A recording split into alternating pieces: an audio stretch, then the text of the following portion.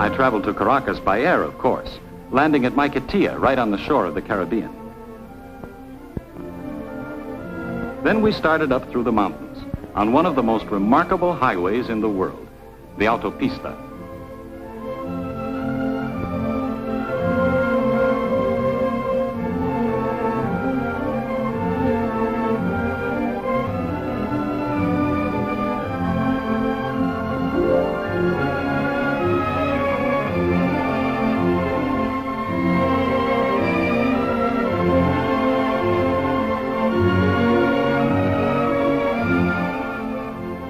It took us just 20 minutes to climb to 3,000 feet, the altitude of Caracas. Suddenly, we were in the city.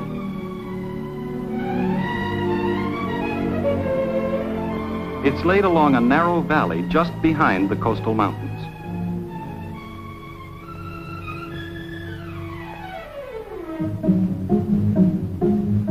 The downtown area is dominated by the Central Simón Bolívar, a building development something like Radio City, except that superhighways go through it and under it.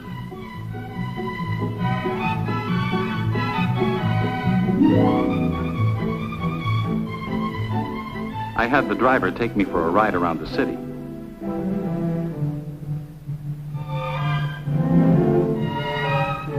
He showed me the new sections in the east, where just 10 years ago there were sugarcane and coffee plantations.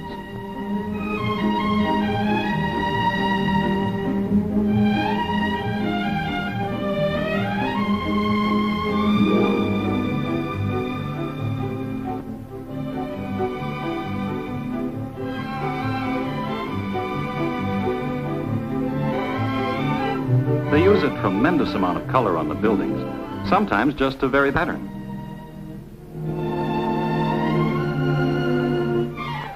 And sometimes for artistic effect, giant mosaics, 6 to 10 stories high.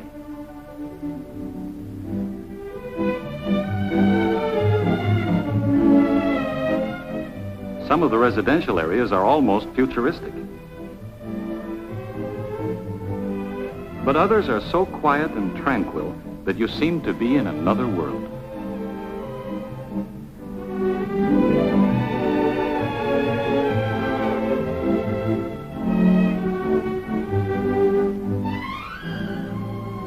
Since that first day, I've spent most of my time studying Spanish. I'm even writing this letter between classes. But tomorrow is Sunday, and I expect to see more of the city. I've told you how modern much of Caracas is. Well, if the rest of the place is modern, they'll have to coin a new word for University City. Believe me, this is no ivy-covered campus. University City is one of the impressive sights of Caracas, another example of the prosperity oil has helped to bring to Venezuela.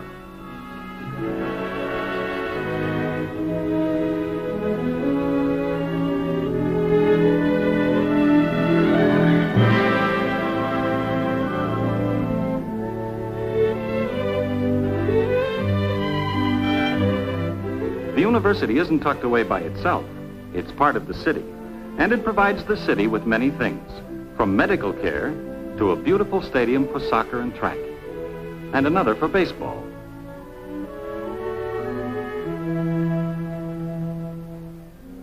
The Caraqueños are especially proud of their low-rent housing projects, huge apartment buildings in clusters on the hillsides. We have nothing like them at home. But some things are just like home. The new business sections, the shop windows filled with goods purchased in the United States,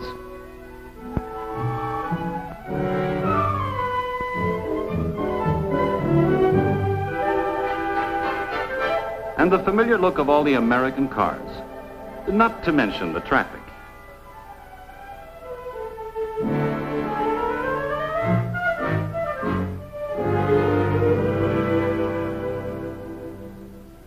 I've also seen some of the historic spots of Caracas, like Plaza Bolivar, the old Spanish square with the statue to the liberator, who led 6 South American nations to freedom. And Casa Natal, the birthplace and home of Simón Bolívar. The old colonial house is now a museum of Venezuelan history.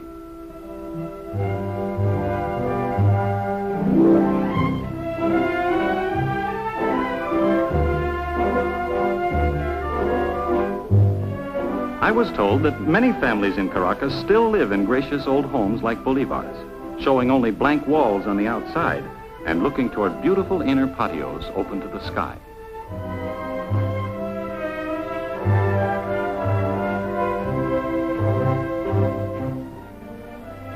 My Caracas life, for most of the past month, has centered on just one building, the Spanish school.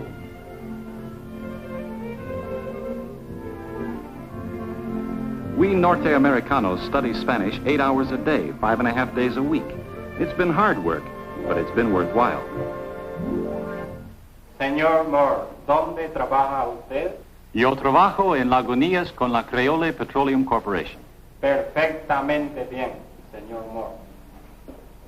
I'm really learning the language now. Just wait until you hear me when you reach Maracaibo next week.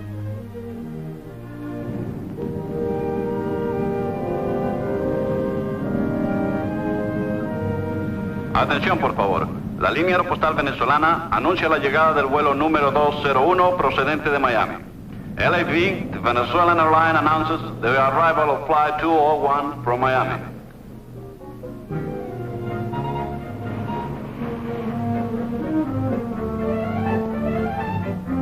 Su atención, por favor. Después de cumplir requisitos de migración y aduana, los pasajeros saldrán por la salida este del edificio. Following immigration and customs clearance, passengers will exit at the east end of the terminal.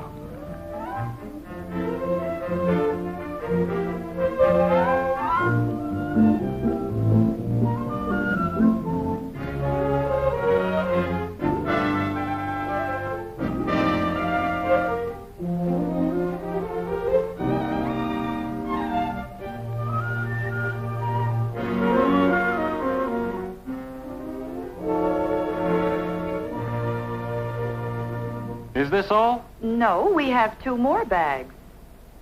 Tenemos más equipaje. Wait, Jim. Tenemos 2 maletas más. Una grande y una pequeña. La pequeña es mía. Oh, no. We've been studying Spanish, too.